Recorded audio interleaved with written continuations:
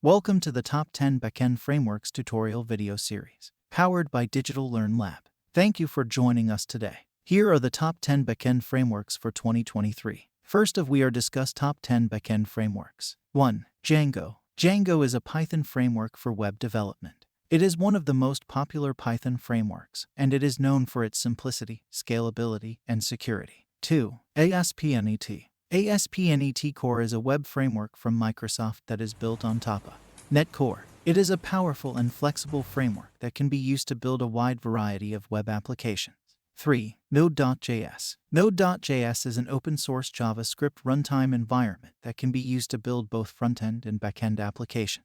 It is one of the most popular runtime environments, and it is known for its performance, scalability, and flexibility. 4. Express.js. Express.js is a JavaScript framework for web development.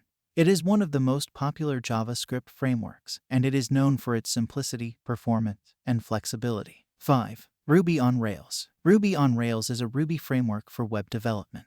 It is one of the most popular Ruby frameworks, and it is known for its simplicity, elegance, and productivity. 6. Laravel. Laravel is a PHP framework for web development.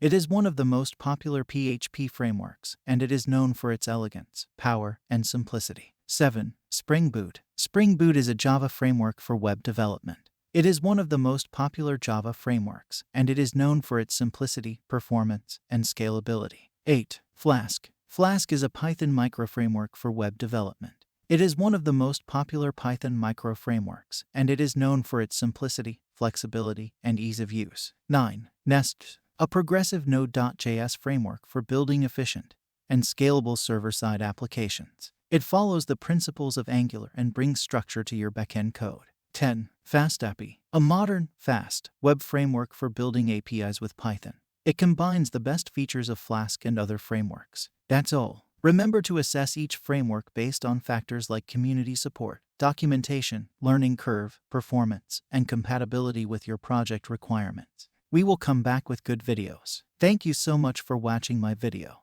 We can see you in the next video.